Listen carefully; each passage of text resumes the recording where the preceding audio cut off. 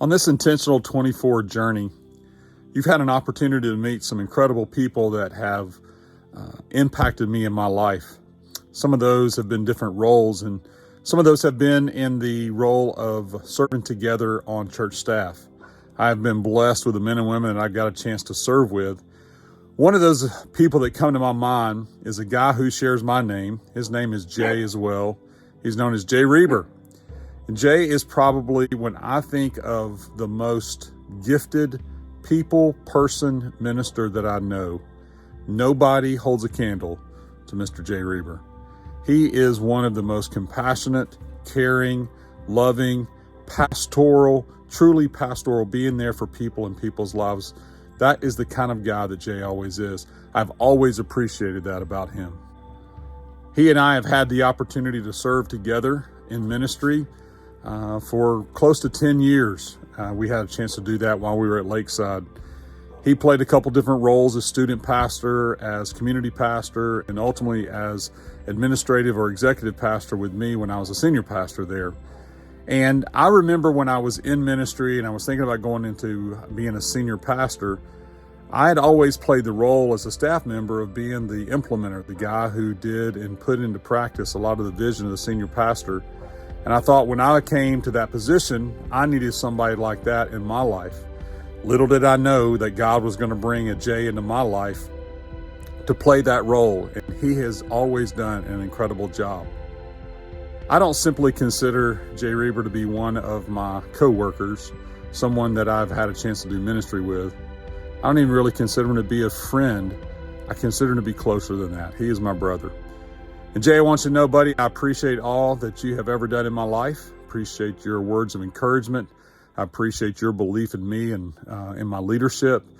And today, as you get a chance to share, I know that people are going to be encouraged by the words that you share, because it's going to challenge people and it's going to really bring people together.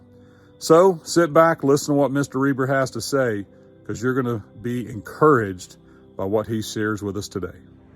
Hey everybody, my name is Jay Reber, and I've been friends with Jay Thompson for, probably 10 years. We've done a lot of life together through church, through ministry, and just through having just some great times together. And I certainly appreciate this opportunity he's given me to share today. I think I would say that the thing that I am the most grateful for right now, as I think about it, is my family. God has blessed me with an incredible wife and 5 children and parents that live close by. And I get to do life daily with my family. And for that, I don't ever want to take that for granted. And it's something that I just really thank God for every day. And it ties into what the life lesson that I want to share with you is, and that's to not take those times for granted. I know so often we get so busy with life that we forget about the things that are the most important to us because we try to get things checked off of our list. But I've seen a lot through my ministry and through just being with friends that when life comes to an end for a family member, that the biggest regret is that you no longer have time to spend time with that family member. And what I want to be able to make sure that I do each and every day is, in some way, spend time with all of my family. And maybe it's not as much time as I want to each day with each one of them, but I do want to take time to thank God for them daily, to spend time with them, to let them know how much that I love them each and every day.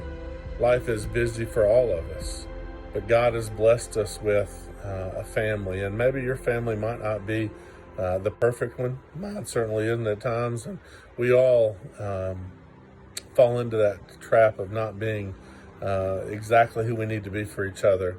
But above all else, God has given us a great family. And for that, we need to be grateful.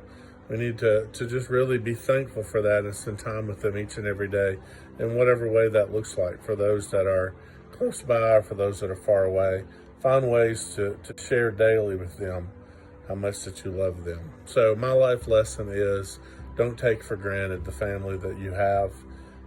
Love them, even in spite of their shortcomings, because they're going to love you back in spite of your shortcomings. So as we celebrate Thanksgiving this week, let's all be thankful for the gift that God has given us in our family.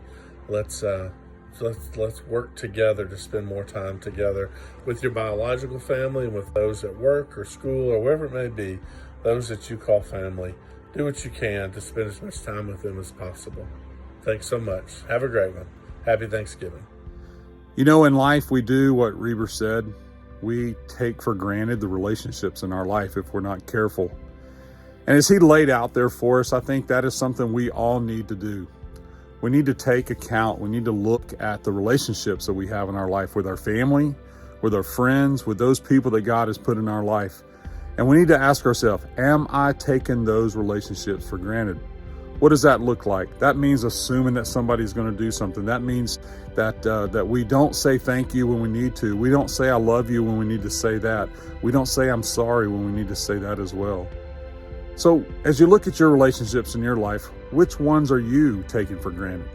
Which ones do you need to step up and you say, hey, once you know I love you, once you know I care about you, and because you're in my life is better off. Don't take those relationships for granted. Reber has always been an incredible encouragement to me. No matter if I get a chance to talk to him on the phone, we're face to face, through a text, an email, he is always one that seems to be right there at the right time to say the words that I need to hear. And buddy, I want to tell you I love you and I appreciate you for that. You know, as I always say, if you want to hike the mountain, you do it one step at a time. What I have found is hiking the mountain is a whole lot better when you go up there with people who love you, care about you, and believe the best in you. That's how you take the next step, because you have people in your corner who are encouraging you and hiking the mountain with you. So don't go out there by yourself. Don't take your relationships for granted. And as you approach the mountain, one step at a time, take them with those that you love and you care. Hike on, my friends.